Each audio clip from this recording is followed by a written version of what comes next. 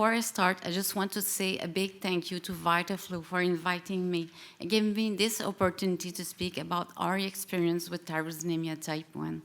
This is the first time for me here in Liverpool, so I'm very happy to be with you today. So during this talk, I would like to give you an overview of tyrosinemia type 1 and of our nutritional management of this disease, and this for all age group, including pregnancy. I will also share with you a case report of pregnancy. But just before, let me give you just a little bit of background of my hospital, just a matter of knowing where I come from. These are my disclosures, but none of them pose any conflict of interest for this presentation. So my center, St. Justine Hospital, is located in Montreal in the province of Quebec, Canada. Yes, cold and snow.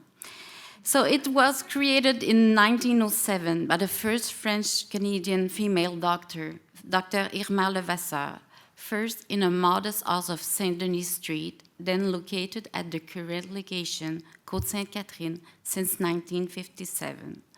This establishment is dedicated to children and teenagers, but also mothers. This is the biggest child and health center in Canada and one of the 4 largest pediatric centers in North America. These are some data from my center, but don't worry, I will not go through all of these. I just want to mention here that we are over 5,000 employees in this center, from which over 1,000 are doctors and health professionals.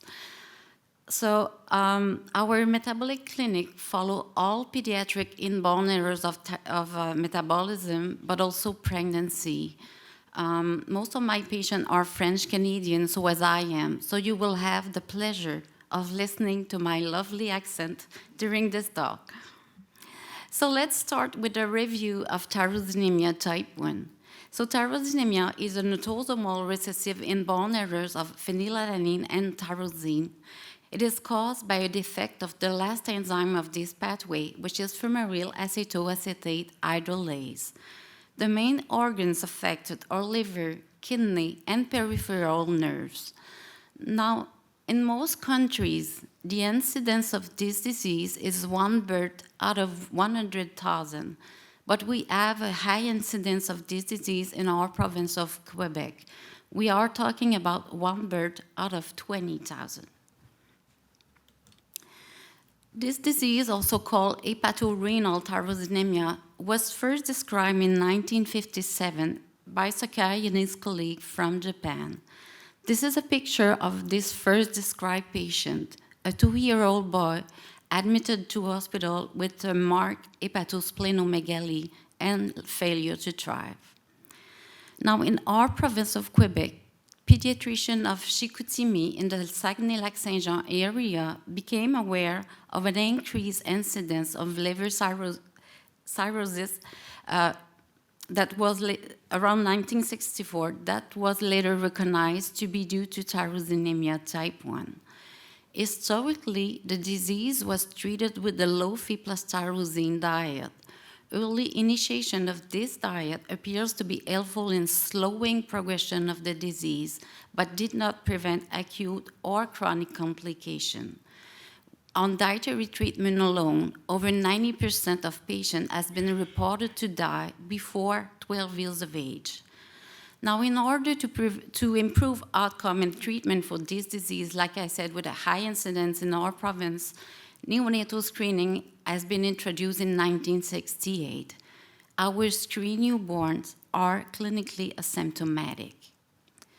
In the years 1980s, liver transplant became the treatment of choice for tyrosinemia type 1 until 1992, where a new drug, Dietary, also known under the name of NTBC, was introduced and changed the life of these patients.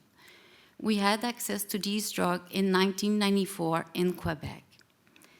Today, we have over 100 treated patients in our province, aged from 5 months to 47 years. Where's the pointer? don't see it. Okay. These patients are treated mainly in 3 different metabolic centers. So you can see here the picture of our province of Quebec with these 3 centers, as well as all the people working for the Quebec and TBC study. So you can see here Saguenay, Chicoutimi in the Saguenay-Lac-Saint-Jean area. You have Quebec City and our center, Saint-Justine in Montreal. And working with us, I cannot forget to mention our wonderful parents group. Now for us, dietary management of inborn errors of metabolism, including tyrosinemia, is a team approach. All metabolic dietitians of the province work together in order to provide the best treatment for patients, but also help them improve their diet monitoring.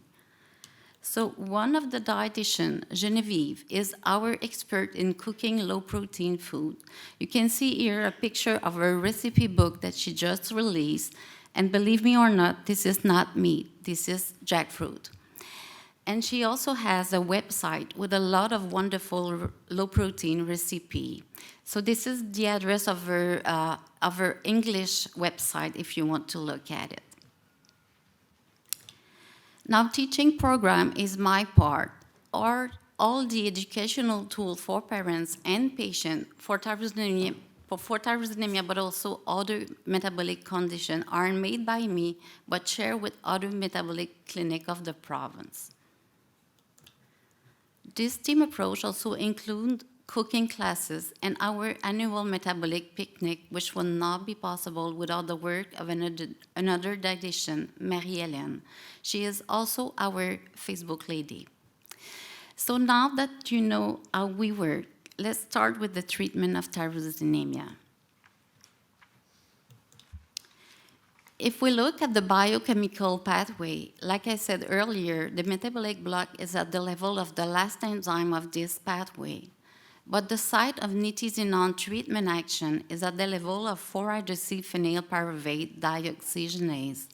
It gives a total inhibition of this pathway, preventing accumulation of toxic metabolite responsible for hepatic, renal, or neurological problem. But with this treatment, accumulation of tyrosine is even greater, and diet becomes even more important. So the treatment of tyrosinemia is type 1 is a combination of nitisinone and a restricted intake of Phe plus tyrosine. For this, we use phenylalanine plus tyrosine-free formula and a restricted intake of natural protein. In Quebec, we use an equivalent system where one equivalent is equal to 25 milligrams of phenylalanine plus tyrosine combined. And we do follow our patients very closely, so each week to each month for the first year of life, and then every 3 months. Our nutritional assessment includes growth parameters, amino acid profile, protein and iron status, vitamins, mineral, as well as the measure of bone density.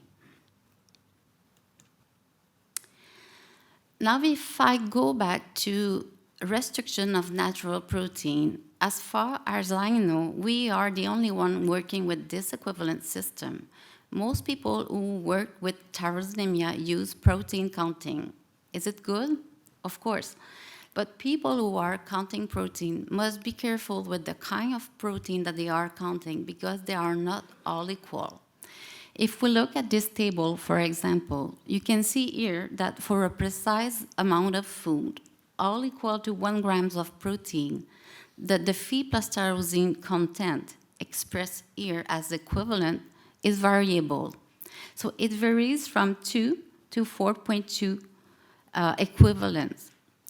So for this reason, we think that our equivalent system gives a more precise calculation of these 2 amino acids. And if you are counting protein, you must avoid food like this one with a higher content of Phe plus tyrosine. So basically, the diet will include food such as fruit, vegetables, cereal, and low-protein food. And food that are not allowed are milk or milk product, meat, nuts, seed, and legume. And of course, we want our patient to receive all their nutrient needs. So calories, vitamins, minerals, as well as liquid must meet the DRI for age. For protein, because the majority of them comes from rapidly free amino acid, we start the diet with approximately 25% more than the DRI, and we increase this if necessary. So you can see here the protein distribution for tyrosinemia. So the formula represents 75 to 80% of the total protein, and this for all age group. To this, we had some natural protein. So for infant, it is by adding some commercial formula or with breast milk. For older patients, it will be with solid food. So this represents, 5 to 10 grams of natural protein per day for infant, or 5 to 16 grams of natural protein per day for older patients. If I transfer that to our equivalent system, that means a calculated intake of 300 to 600 milligrams of Phe plus tyrosine per day for infant, and 300 to 1,000 milligrams of Phe plus tyrosine per day for older patients. Now, our goal for plasma tyrosine is between 200 to 400 micromole per liter in order to prevent complications from hypertyrosinemia, such as corneal crystal or impaired cognitive outcome. And because low Phe can be damaging, we want all plasma Phe to be above 30 micromole per liter. Now we are going to look closer to dietary management. We will see all age group, and I will try to give you some tips of management for each of them. So basically, what should we do with a confirmed HT1 patient? So as soon as it is confirmed, in combination with nitisinone treatment, start the dietary treatment. So that means for patients who present clinically that you must remove all Phe plus tyrosine for the first 24 to 48 hours. For our screen newborns, because their tyrosine level are already in the target range before initiation of treatment, for them we only reduce Phe plus tyrosine by 50% of their predicted intake. Now, after this initial 24 to 48 hours, natural protein can be added. And again, it can be with commercial formula or with breast milk. For breast milk, we will alternate breast and bottle. And again, close follow-up is necessary. Now, usually at diagnosis, our screen newborn are hospitalized for 3 to 4 days.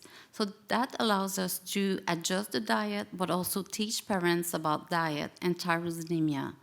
This time is very important to us to establish a good relationship with our families. We do closely look at phenylalanine level, and this for all age group. Why? Because low Phe has been reported to cause impaired growth and brain development, but also skin problems. So we do try to correct this if we see more than 2 blood level under 30 micromole per liter. First, we maximize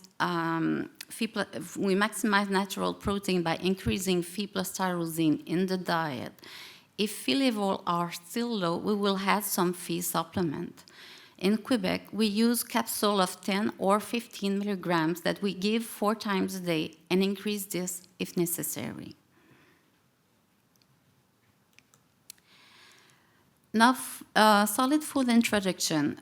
Solid food introduction is made between 4 to 6 months of age. We start with cereal, then we add some fruit, vegetables, and low-protein food. We start with 1 equivalent at a time, so if you remember, that means 25 milligrams of Phe plus tyrosine, and we reduce the amount of these 2 amino acids in the formula at the same time.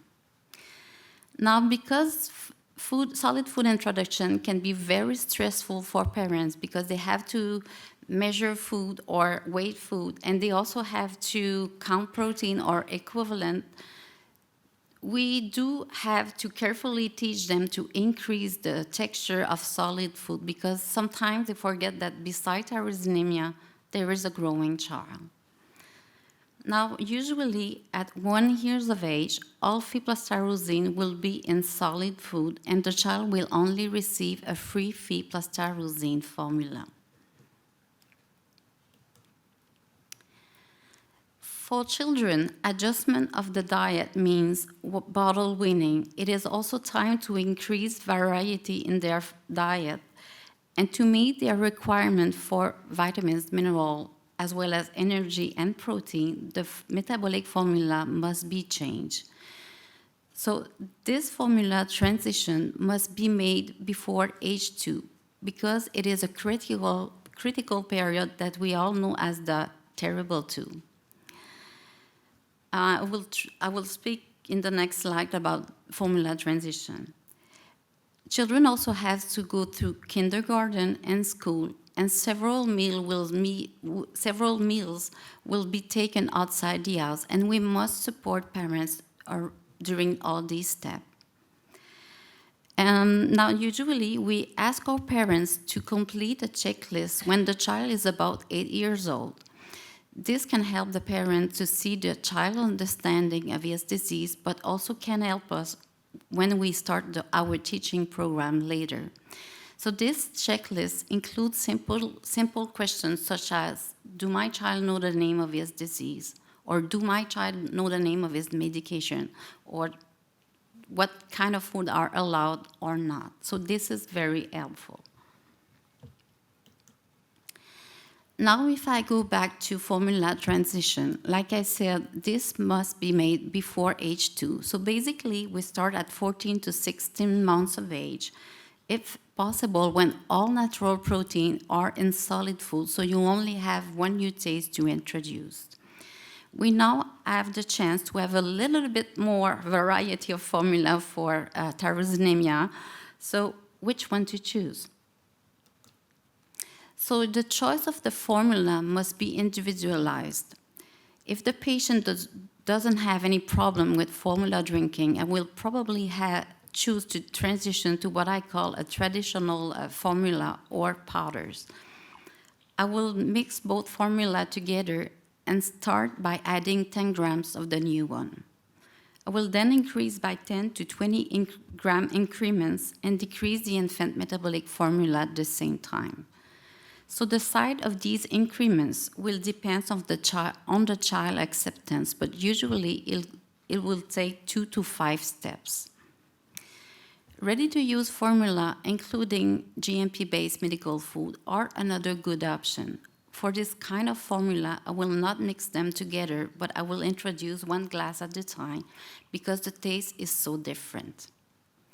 And if the child has some problem with formula drinking, I will probably choose a free Phi plus tyrosine gel. But it is also possible to introduce 2 or 3 different types of formula. Now, just a few words about GMP. So GMP is a glycomicropeptide with a special composition. It contains no aromatic amino acid. We all know that pure GMP do not contain phenylalanine, and we all know the use of GMP for the treatment of PKU. But it is also important to know that pure GMP do not contain tyrosine. And if we look at the GMP-based medical food, we can see that they have a residual amount of phenylalanine.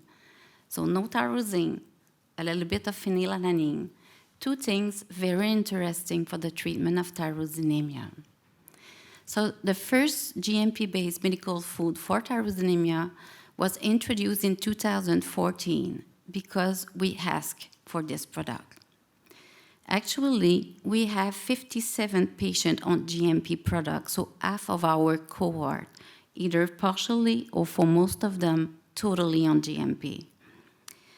Now, based on our 4 years of clinical experience with these products, I can say that overall we have seen good acceptance of these products, and no changes in nutritional status of our patient. I also want to mention here that we do not change our nutritional protocol with the introduction of GMP. So that means no change in the diet and no extra blood tests. Now, teenagers and adults. Adolescence is a big challenge for all metabolic conditions and even without. It is often the beginning of compliance problem that may continue into adulthood. So for tyrosinemia, these compliance problems include low formula drinking, increase of Phe plus tyrosine intake, and in rare cases, but believe me, it happens, low compliance with nitisinone. So dietitians are very important for teenagers and adults. We must adapt our teaching program for them, help them understand the importance of the diet, but also of nitisinone treatment. As for children, we do increase for them the frequency of clinic visit or phone calls or even email during their period of poor control as well as other difficulties. Another important point is nutritional support during acute illness, and this for all age group. First, the nitisinone must not be stopped. If the patient do not tolerate his nitisinone, he must be hospitalized.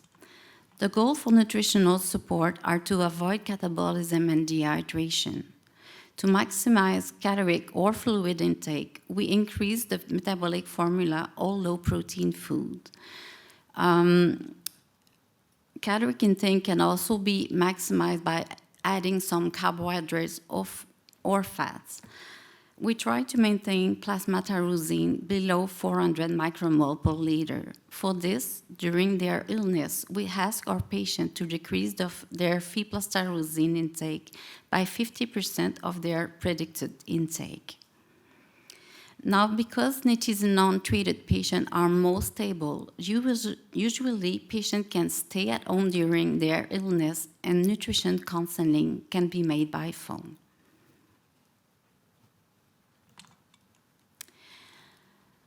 And finally, pregnancy. Am I speaking too fast? I know. Okay, I'm good. Okay. And finally, pregnancy. I will share with you in a few minutes my patient pregnancy history. But just before, what do we know about pregnancy in nitisinone-treated patients? First, we know that there's not a lot of papers in the literature, and most of them are on animal models. The first human experience has been published in 2011 by a group from Belgium. In total, there is only about 3 case reports of pregnancy in nitisinone-treated patients. All of them report the birth of healthy appearing child. However, it is important to keep in mind that for tyrosinemia type 1, pregnancy means so many uncertainty. So based on what we know, I can say that the diet must be strictly followed. Also, discontinuation of nitisinone can lead to the risk for the mother of neurological crisis as well as hepatic or renal problems. So nitisinone must not be stopped. But it is important to know that nitisinone does cross the placenta, so the fetus will be exposed to nitisinone. Infant can also be exposed to nitisinone by breast milk, so breast milk is contraindicated. Previous report on tyrosinemia type 2 has described that high tyrosine plasma level during pregnancy can affect fetal development, leading to mental deficiency, microcephaly, as well as low birth weight. But these risks may be prevented with adequate level of tyrosine.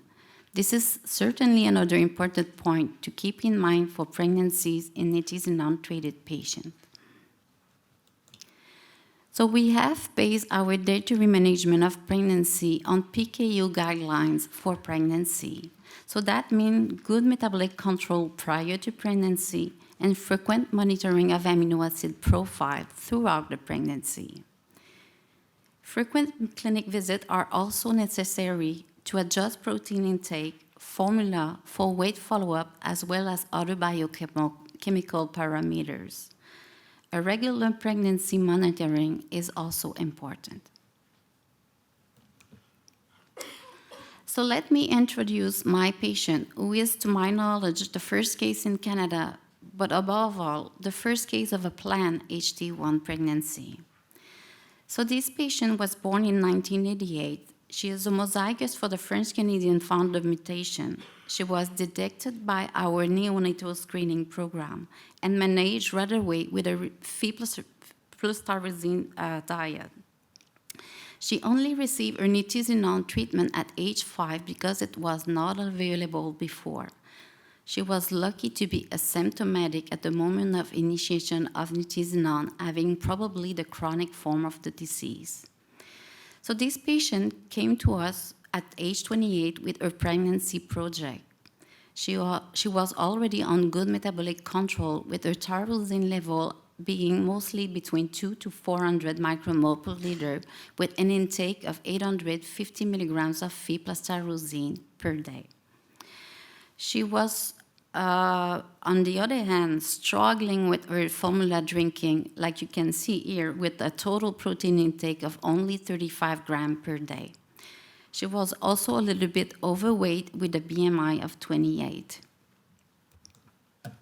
So as soon as we knew about her pregnancy project, we prescribed some folic acid. She was already on multivitamin. We only changed them for maternal multivitamin. So we and she worked a lot on her formula drinking. She was taking 3 to 4 different types of protein equivalent, from which most of them were amino acid mixture and the rest GMP-based medical food. So we monitored during this time her amino acid profile each month, as well as her nitisinone level. She was on a 0.5 milligram per kilo per day prescription of nitisinone. At the moment of detection of the pregnancy, her amino acid profile were monitored each week. So you can see here that during the pregnancy, her Phi plus tyrosine intake increased from 850 milligrams per day to 1,550 milligrams per day, so almost twice the initial intake. Her protein intake increased from 65 to 85 grams per day, and she had a mean energy intake of 1,800 calories per day. At delivery, which was not in our hospital, we asked the patient to decrease her Phi plus tyrosine intake to 1,000 milligrams per day, and 48 hours post-delivery to decrease it again to 850 milligrams per day in order to maintain her tyrosine level in the target range. So like I said, we monitored her amino acid profile each week. So you can see here that during the pregnancy, her tyrosine level remained in the target range of 200 to 400 micromole per liter throughout the pregnancy, except some lower result at the end of the pregnancy. So she had a mean tyrosine level of 263 micromole per liter, and her mean Phi level was 38 micromole per liter without Phi supplement. Now, because of a BMI of 28, we aim for a weight gain of 7 to 11.5 kilo. Except some difficulties at the beginning of the pregnancy because of a lot of nausea and reflux problem for which she had to take some medication, this patient did pretty well with her weight gain for the rest of the pregnancy, with a total weight gain of 11.2 kilo. Of the other measured parameters, we have seen an increase of maternal alpha-fetoprotein, but within the expected range. Her nitisinone level remained in the target range with a mean of 54.4. Protein and albumin were in the normal range until 35 weeks of gestation, when we saw a decrease. And overall, she did not experience any problem during her pregnancy. Now, her little boy was born at 41 weeks of gestation with a weight and length in the 97th percentile. So as you can see, we are not talking about low birth weight here. Even if mom blood tyrosine level were in the normal range throughout the pregnancy, this baby had a tyrosine level of 483 on cord blood, and so even almost twice his mom level, and 791 in plasma when he came to our clinic at day 5. This returned to normal within 1 month. His Phe level were in the normal range from birth, and nitisinone was elevated at birth, but this became undetectable at 14 days. And of course, this baby was not breastfed. So this baby is not anymore a baby. Is an healthy 2.5 years old now, and mom is pregnant again. So this concludes my overview of nutritional management of tyrosinemia, and this for all age group. I hope that this can help you. And in conclusion, I just want to say that as you have seen during this presentation, we have a high incidence of this disease in our province of Quebec. The effective neonatal screening that we have allows us to start early treatment with newborns who are clinically asymptomatic. For the past 25 years, nitisinone has changed the life of this patient for the better, but it also creates a new situation: prolonged dietary treatment. This comes with the challenge of maintaining good nutritional status for all age groups, including pregnancy. Our nitisinone patients are doing well, but medical surveillance will always be necessary for hepatic, cognitive, or nutritional aspect.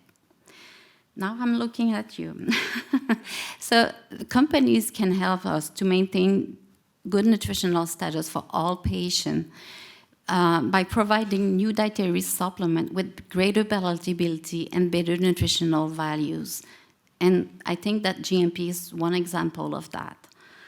Now in the future, dietitians will continue to play a great role with families and patients, working with them and helping them maintain a positive attitude towards diet. And finally, I just want to thank all the people working for the Quebec and TBC study, especially Dr. Grant Mitchell and our nurse, Martine Gosselin, and from the Quebec Dietitian Group, Geneviève and Marie-Hélène. And I want to thank you all for your attention.